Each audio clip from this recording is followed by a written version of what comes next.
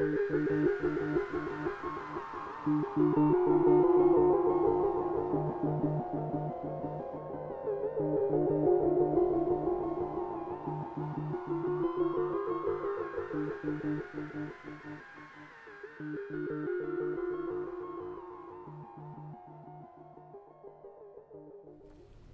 can't sing, but I sure can talk, though that's not always the case. And these gifts that I've gotten from all of you have left me feeling a little at loss for words. I found the script for the gifts at my house, but my wife wouldn't let me read it, though I wish that she had, because I feel like I might have been more appropriately able to thank all of you. It's such an honor to stand one last time, or at least one last time for a while, at this pulpit of Thomas Starr King, who I hope to outlive, who lived until he was 39, and I hope that for me, ministry is a longer career. But it's an honor and a joy to be with you all one more time. And I want to thank all of you. Thank the internship committee who poured so much of your time and energy and love, not only into me, though certainly into me, but also into each other, into building community and understanding and working through difficult things together as a team. To Julia Toran, and to the late, great, lovely Sam, and to Liz and Lisa who are here, thank you for making me a part of your family and for hosting me. And to Vanessa, who graciously shared your wisdom, your experience, your office, and your pulpit. If in the years ahead I can pour forward the love that you've poured into me, what a faith we could share. If I can live out as you do, if I can embody a sense of charity that aims not to preserve power differences, but instead cracks open a sense of possibility, invites us to take gorgeous risks, what a world we could build. It is with thanks to all of the staff and this entire congregation, all of its members and friends, and even those who are here for the very first time. I thank you for loving me into being here, for being a part of what builds this community, this cloud of witnesses to each other's celebrations and sorrows.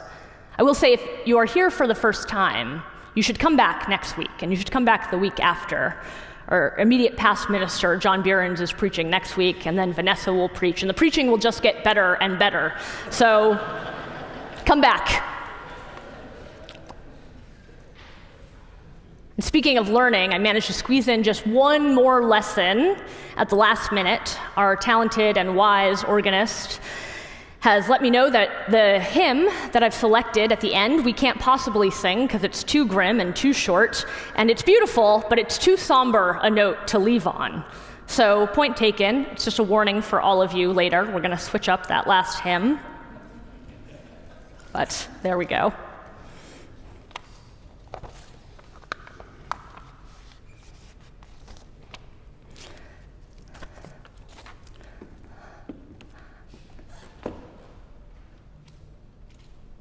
The house that I lived in, where I was a guest this year, became unexpectedly a place that I lived for the most time alone.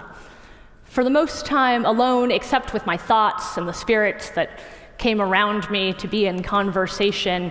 And walking through any place that I live or work is a little bit like picking up a book off somebody else's bookshelf, somebody who writes in their books, somebody like Vanessa, who leaves a trail of their thoughts and reflections.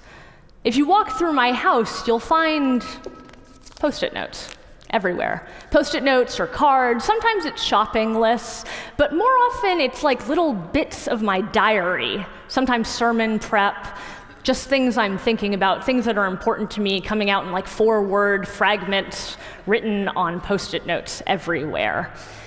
It's fairly personal, and I forget that I do it. And over the last couple of weeks, there have been a lot of people in and out of the house. People who've come to say goodbye, Vanessa, the internship committee, a few out-of-town visitors. I can't keep track of everyone who's come by. So it was a surprise to me when I picked up one of my old notes, one of these little stacks of Post-it notes with 3 questions on it, not the same one, because I'm not Jesus. 3 questions on it, and somebody had answered them in teeny tiny writing. I have no idea who it was, who my mystery respondent is, though I sometimes think of preaching this way, that we're in conversation, I just don't know what you're thinking. So my first question was, who are your people? And this person in tiny little writing wrote, Shari and Elizabeth. I don't know who this person is, but I'm incredibly grateful to be counted in their sphere of care, to be counted among their people. I assume my wife feels the same way. My second question is basically illegible, but I didn't expect anyone to read it, so it was fine. And it was, who is in your community? Who is in your congregation? Who do you want to be there? Write about this person. Write this exercise, 2 to 3 pages. The only part that's really legible is the write this exercise, 2 to 3 pages part. To which my mystery respondent replied, must I? No, I don't know who you are. I can't come after you, making you do it. And my third question was, who does your heart break for? Now, I know there are some among you who are saying, for whom does your heart break? And that's fine.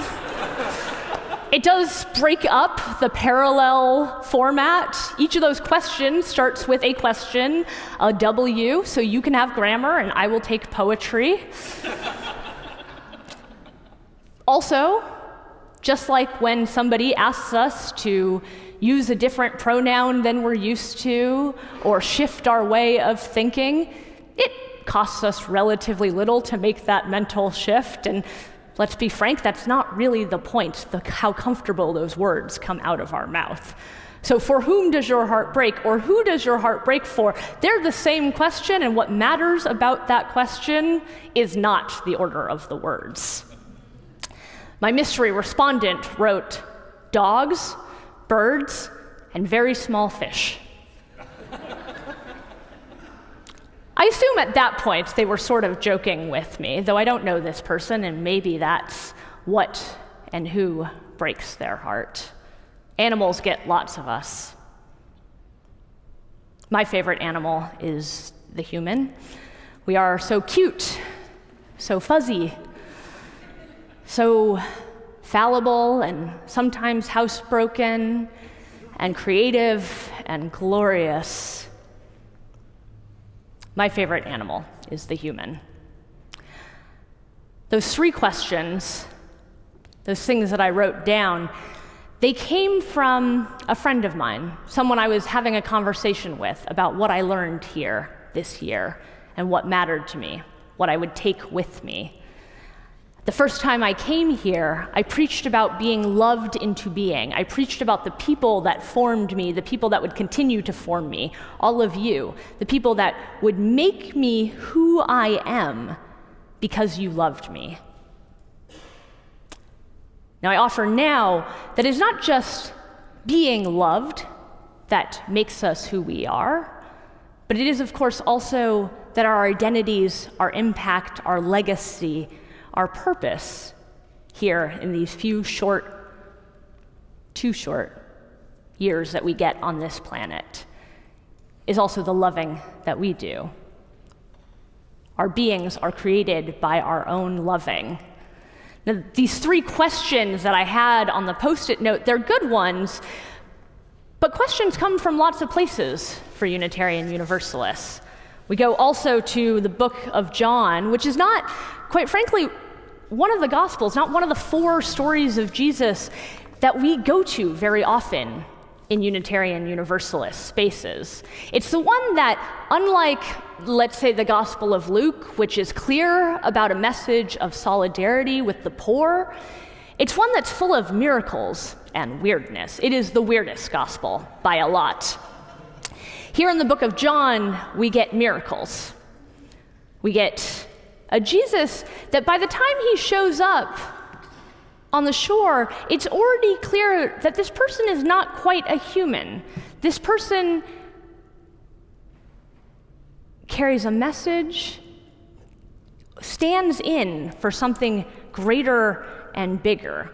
This question, do you love me, is not a question of, do you love me, the person, but do you love this bigger message? Do you love this faith? By the time this book is written, it is a matter of, do you love this big idea? Do you love this big idea? Do you want to live as fully as possible? Are you prepared to do what I think it means to be human?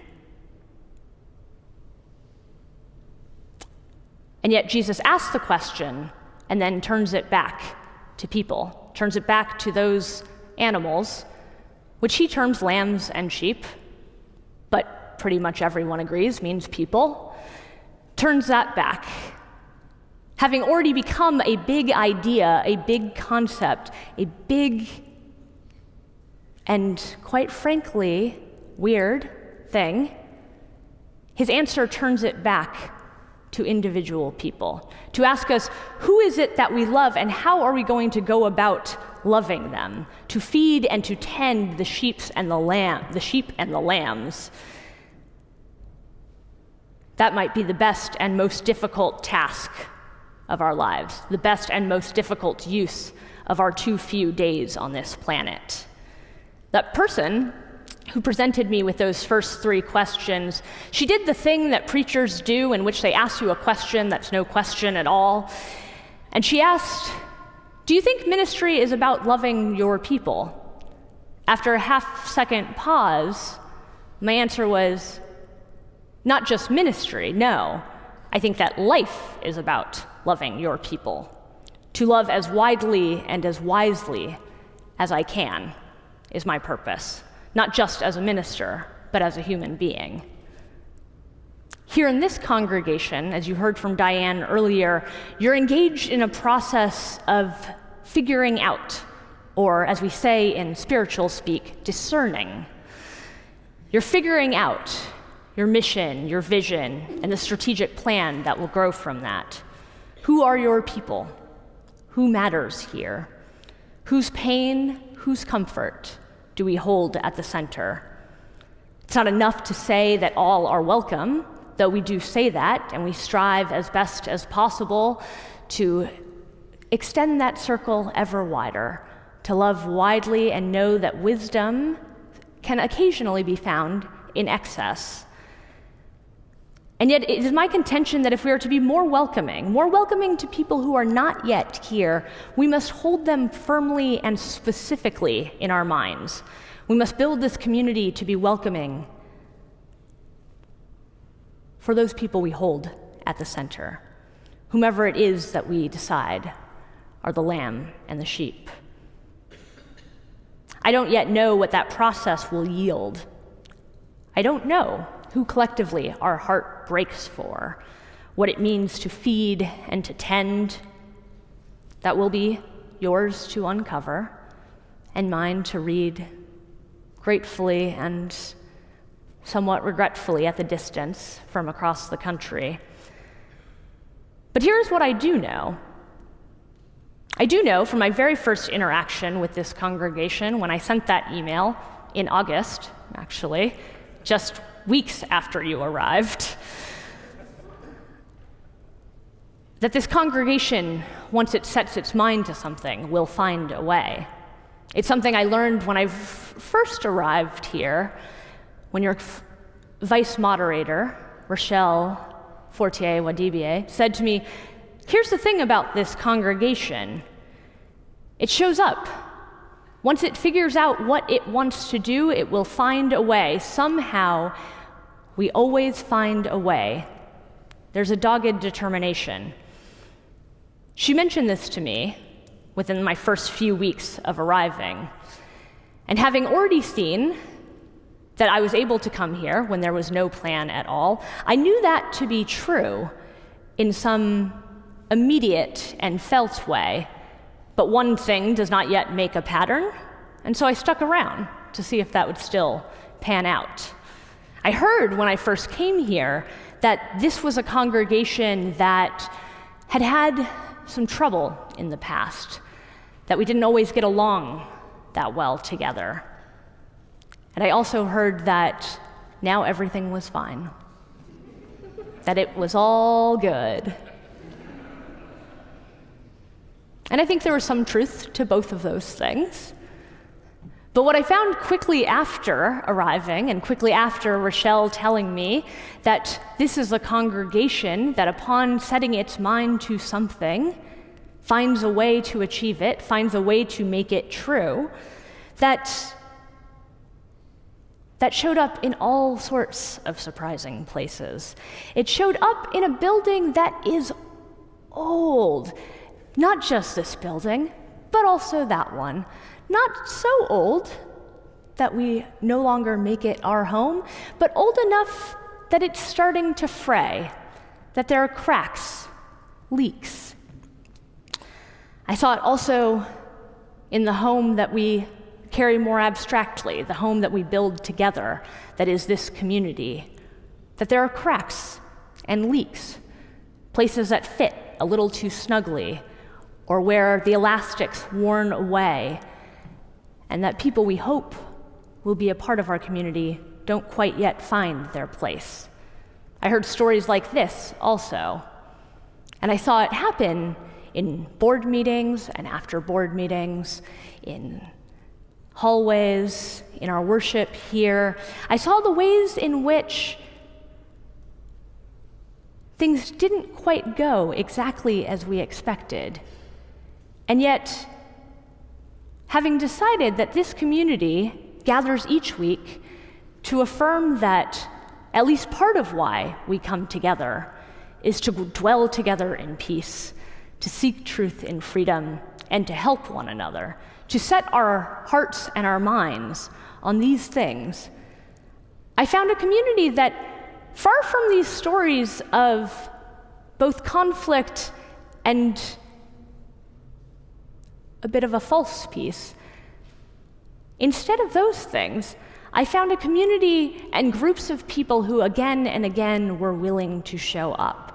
Again and again were willing to have difficult conversations, to lean into places where they were uncertain of what would come next, uncertain of what it would mean to feed the lambs, or tend the sheep, or feed the sheep, uncertain even of who we might put at the center, but knowing that our ways of being together would require all of these things from us.